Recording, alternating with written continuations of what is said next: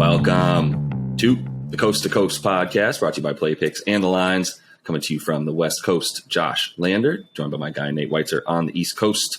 We're looking at a pretty fun Friday night slate, some pretty marquee games. And this one, we're looking at a pretty big matchup. Warriors headed to Chicago to take on the Bulls. Struggling Warriors. Bulls also coming off a loss against the Nets. We'll take a look at some of the best bets and value points in this one for you. Nate's got his great article up on playpicks.com as well with some best bets and player props in there for you to check out. And make sure to like and subscribe to that page so you can check out those other couple videos we have for you on today's Friday slate, including that player props video we love to bring you each and every weekday. And as always, if you do still need a FanDuel or DraftKings account, head to fdpicks.com or dkpicks.com and find.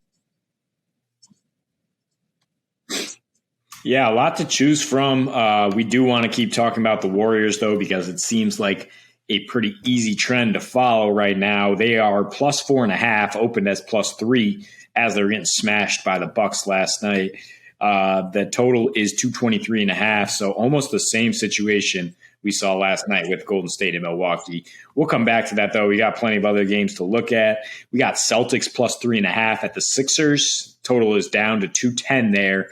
Wrote in the article today, I do like that over as it drops. That's exploitable. Suns are minus 5.5 at the Pacers, who can't seem to catch a break in their schedule. Raptors minus 8.5 at Pistons. The Magic are plus 11 at the Hornets.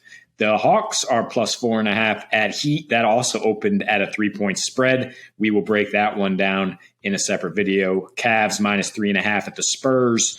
The Mavericks are plus 2.5 at the 11 win streak Grizzlies. And then the Rockets plus 5 at Kings with a huge 238 total there. Looking at Warriors, though, for me, I'll just say right off the top, it's the same play as last night. It's tease it down to a pick 'em and take the under, because the Warriors are even worse on offense without Draymond Green. And it was really evident last night. They could not score at all. Steph Curry trying to do what he can, but he just is getting so much attention with Klay Thompson hobbled, with Draymond out. You can't free him up, and now Klay Thompson will sit on this back-to-back. Gary Payton, the young glove, injured last night. Porter and Iguodala are veterans who might not be able to go on a back-to-back. It's really going to be Steph Curry and Jordan Poole trying to dance on this Bulls team. And a Bulls team that has an excellent offensive rating, number 2 at home, number 1 over their last 11 games, I believe still. But the 2 times they played a sort of a contender at full strength, their offense kind of fell off a cliff. Like, it wasn't necessarily – it might have been to a degree who they were playing in that span to go over so consistently, to get nearly 130 points half the time. I don't think that they're just going to blow up against a Warriors team that continues to be top 5 in defense and is dead last in offensive rating over their last 8 here. Now they're on the road, 3rd game of their 4-game trip on a back-to-back. This is a veteran team, obviously a championship organization that knows how to value the long run over chasing wins on a back-to-back like this, and what we call a scheduled loss in the NBA, right? When it's this tough. And you look at the Nets last night; they did the same thing. They came home on a ridiculous 3-game and 4-night stretch, sacked Kevin Durant, took the loss against a hungry young Thunder team. The Bulls are obviously far more capable than the Oklahoma City Thunder, and they're motivated to bounce back from their own 20-point loss to Brooklyn, prove they're still a contender. This game is going to mean a lot more to them than it is the Warriors. I think they probably will be able to cover 4 points, but I like teasing it just to get that under at an even more comfortable spot. Yeah, I know. I want to attack the under as well, to your point right now, especially with the Dubs. I mean, honestly, this season there's a couple teams, including the Dubs and the Mavs, who are the teams who hit the under at the highest rate. Just bet their unders every game. You're hitting games at like a 65% clip. And, on the road as well for the Dubs, they're good on defense everywhere. They're worse on offense on the road. And right now, Steph Curry is in I don't know. We say this every couple of years. I feel like every 1 or 2 or 3 years we say this is the worst shooting slump of Steph Curry's career, because as soon as he dips below 35% from three, we all think he sucks, or not sucks, but he sucks for him. But right now, he's really, really bad since 2022 started. Basically, this month he's shooting 33 and 28 are his splits, 33% from the floor, 28 from three. Both of those numbers are 10 percentage points higher on the season overall. So it's clearly a slump for him. He's averaging about 27 and 7.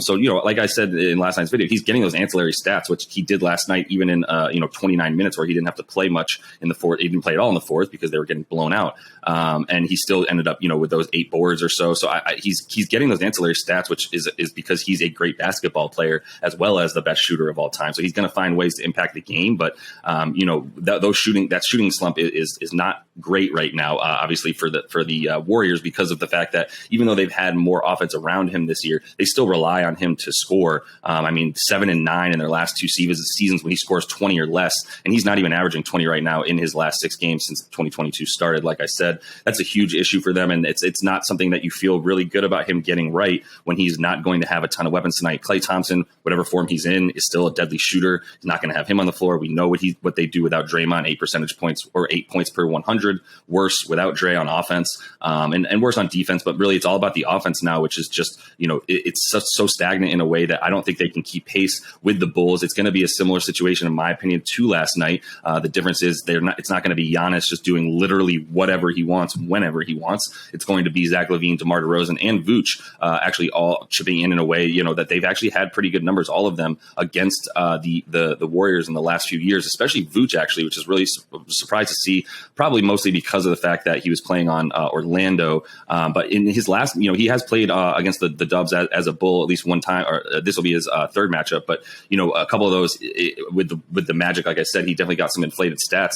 But 25, 12, and 7 in his last 3 meetings versus the Dubs there. So he does really well against Draymond, and Draymond's not playing tonight. So you might consider some Vooch stuff there. And once again, you look at what they do on offense at home, pretty incredible number 2 offensive rating. And they win at home by an average of about 7 points when they're the home favorite. Regardless of who they're playing. So, they've been home favorite against some decent teams and still winning by that margin is really good. Last thing I would throw out there for right now, there's a bit of a revenge factor for both of these teams. I think, the Warriors mentioned last night in their post game, everyone has a target on our backs. More so, it feels like the old Warriors where everyone brought it every single night against us.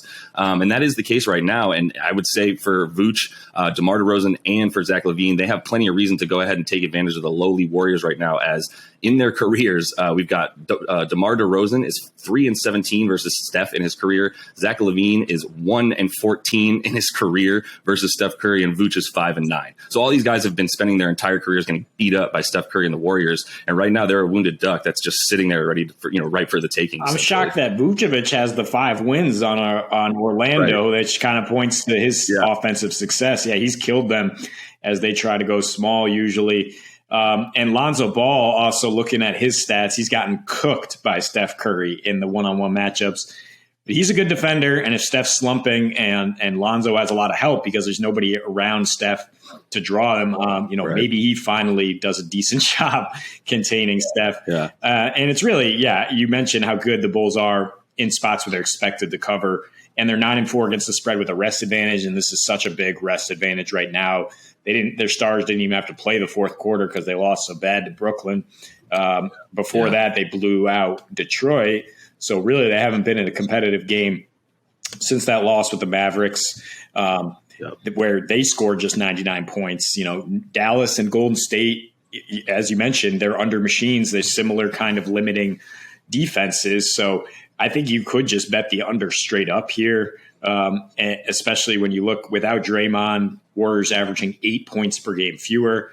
They're averaging their offensive rating again is 100 over their last 8. They're 13th in pace during that span and hit under in 4 of their last 5 games. So I think we feel really good about the under here. And if you want to just add that to a Bulls win, I think that makes a lot of sense any way you cut it. Yeah, no, 100%. I would agree with that. And the last thing that I would bring up too for the Dubs tonight is, we talk about without Draymond, what Steph does. He's still decent in his career without Dre over the last 2 or 3 seasons, especially, 26 points, 6 assists, 7 boards, right around his averages. But the other guys have been awful as well. We talk about what Steph's been his shooting slump in the last 6 games. Andrew Wiggins, Jordan Poole in their last 6. I mean, basically, I hate to say it, right before Clay came back, and since Clay's been back, those 2 guys especially, where they're basically their second and third offensive weapons, both of them averaging 3 points less per game than their averages since 2022 started. So it's just been a bad start to January for the Dubs overall, and this is not the time to get right. I could see them giving up pretty early in this one, considering that this is the 3rd game of their 4-game road trip, back to back, 3rd in 4 nights. They got to be tired, and Steph is either going to have to pull something completely crazy out of his ass, or I think we feel really, really good about Bulls pulling this one out no matter what. And if you like the total under, as we both do as well, because of the Dubs' inability to score, go ahead and pounce on that. So that is all the time we have for you in this one. Make sure you like and subscribe to that page. You can check out those other couple videos we have for you on tonight's Friday night slate. And until we see you next, happy betting.